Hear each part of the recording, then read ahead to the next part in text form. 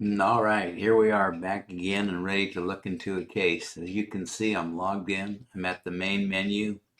I wanted to show you that down at the bottom, we had field investigator forms and documents, a bunch of PDFs here that when you click on will open or download that PDF to your computer. You don't have to have a big file of these hanging out somewhere in a drawer, or even just have them on your computer. You can always go to the CMS and you'll find them here. One of the more valuable ones is the ballet case and categories, the ERT worksheet, the disposition, are just like everything else. They're PDFs. The ballet classification, comes up as a form which you could print also, but you could do some verification of the yellow, orange, and red areas, category 1, 2, and 3, just so you know it's always available to you. So let's go into search cases, and I'm going to jump into a state. I'm going to grab the state of Tennessee, and I want to look at an active investigator, somebody I know, Mr. Roger Draper, and I want to look at the investigative status. I'm going to look at completed, do a search, and see what kind of idiotic stuff I can come up with. I'm sure it'll be good. I want to look at this case with Christy, so I want to show you. I'm going to go to an edit, and then while it's opening and loading, I'm going to click on 30 so that I can get Form 1 and Form 30 combined, and I don't have to go back up each time and click on one and go back and forth. I'm going to show you that the case has been classified and handed over. There are no witness cautions whatsoever.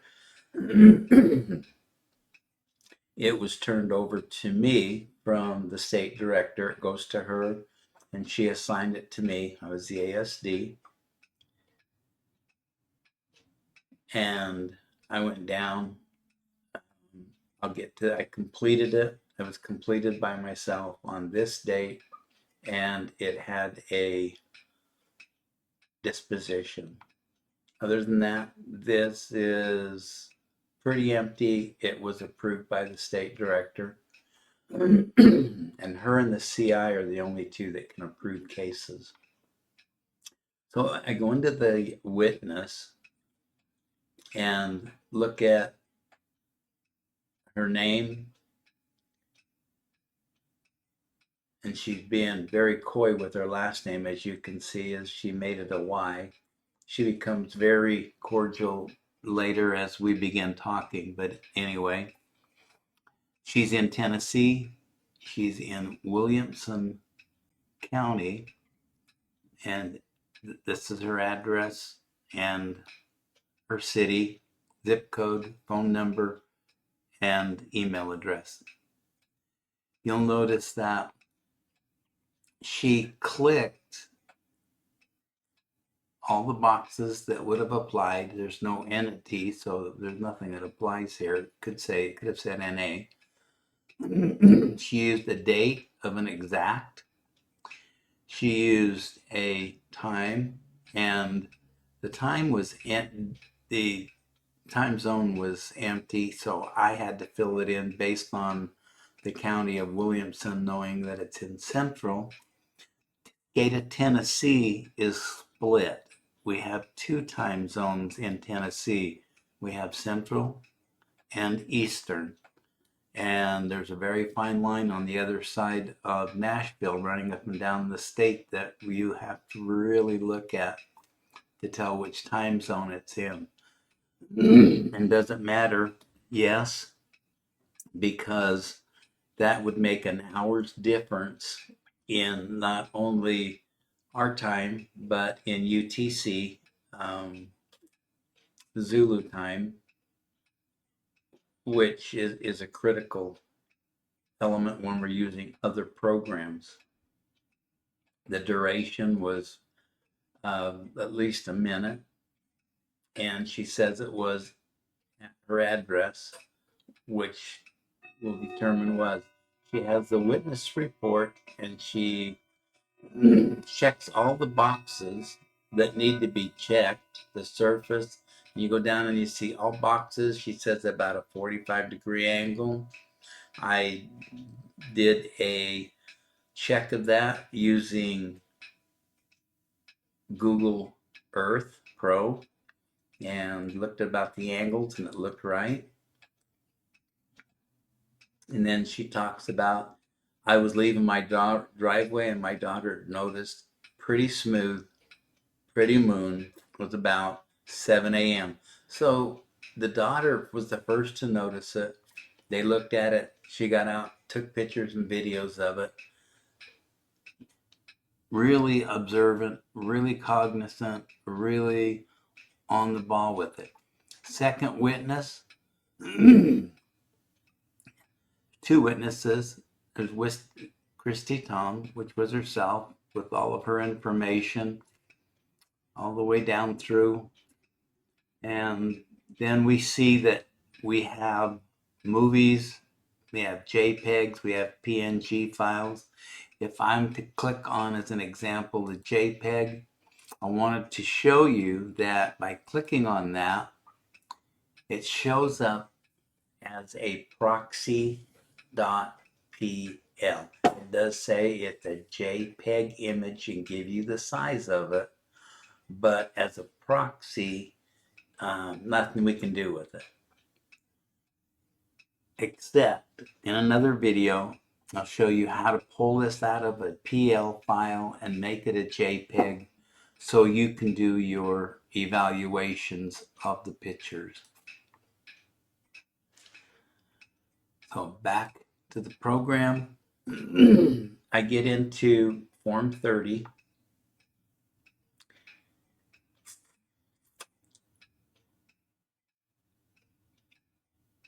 And that was wrong.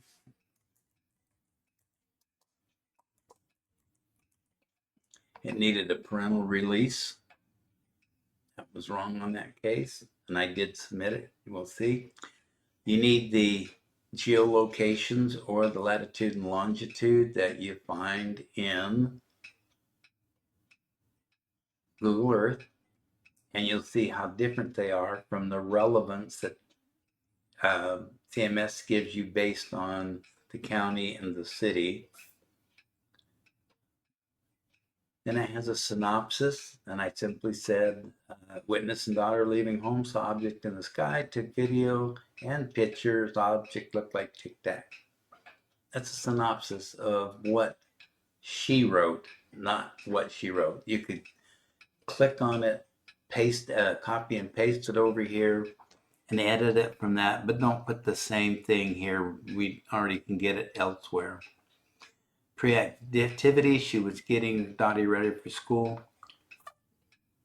I didn't ask the particulars when we were doing the interview because she was a little reluctant. I didn't want to try and pry into personal life.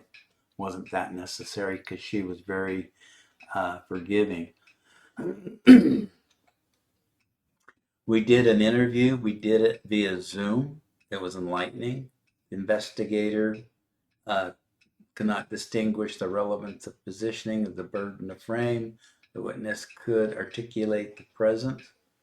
Throughout the interview, the investigator, felt that the witness was sincere, honest, and very forthcoming. Important that you note the demeanor of the witness. It goes a long way in determining what we think about the interview and about the observations of the witness when we review the cases. And it talks about the number of witnesses. It asks about the weather. I got all the weather from Wonderground, and then further information was where was the location and best relevancy to it. And you can click down and you can see that you have a numbers that you can go through and look at. And when you look at what's here, and you know that her home is in a division that's out away from town a bit, Woods was the best one that fit it. There were cell towers around. Power lines were there also, but I felt the cell towers were best.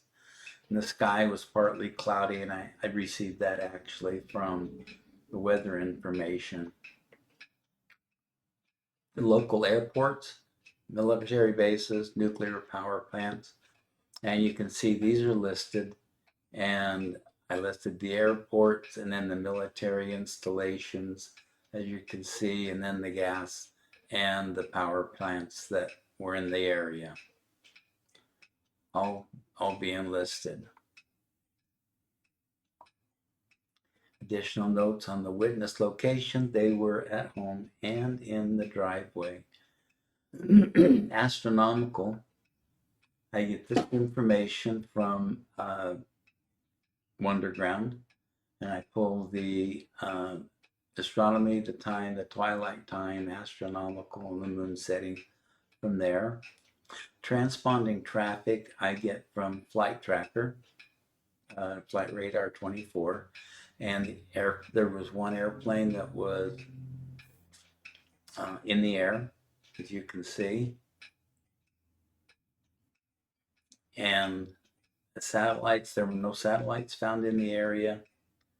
Related cases that I found,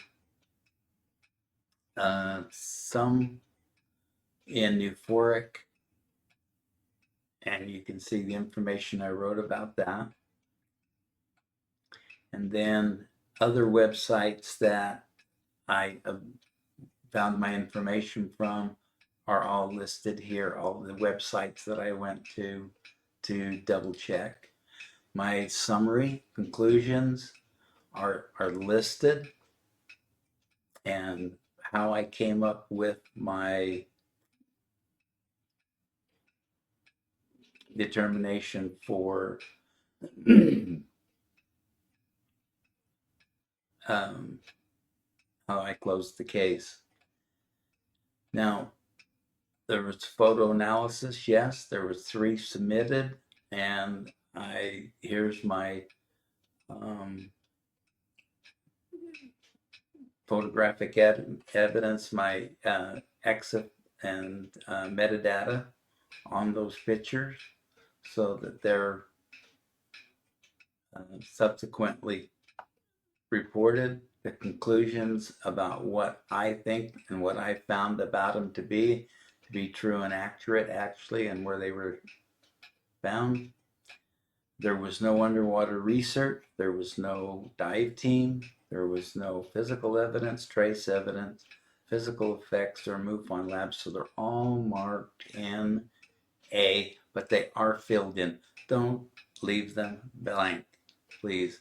If you have evidence, you would use an evidence log, but most likely this will be used by a STAR team, not by you as an investigator. You can see my case activity log, emails that I'd sent out, the contacts that I'd finally made, the Form 29, which is the perennial release right here, that gave permissions for the parent, and then down to the Zoom meeting, with the keeping track of all of it. And you do want to keep track of all of these contacts that you make with each and every one.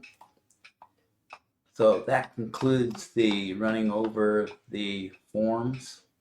And that's Form 30. This is Form 1, as I showed you. You have Form 1, Form 30. I'm going to submit changes because I made that one slight change to it, and it'll pop up, and so it's going to say to my state director that this case needs to be reviewed, and she's going to go, huh, I did that.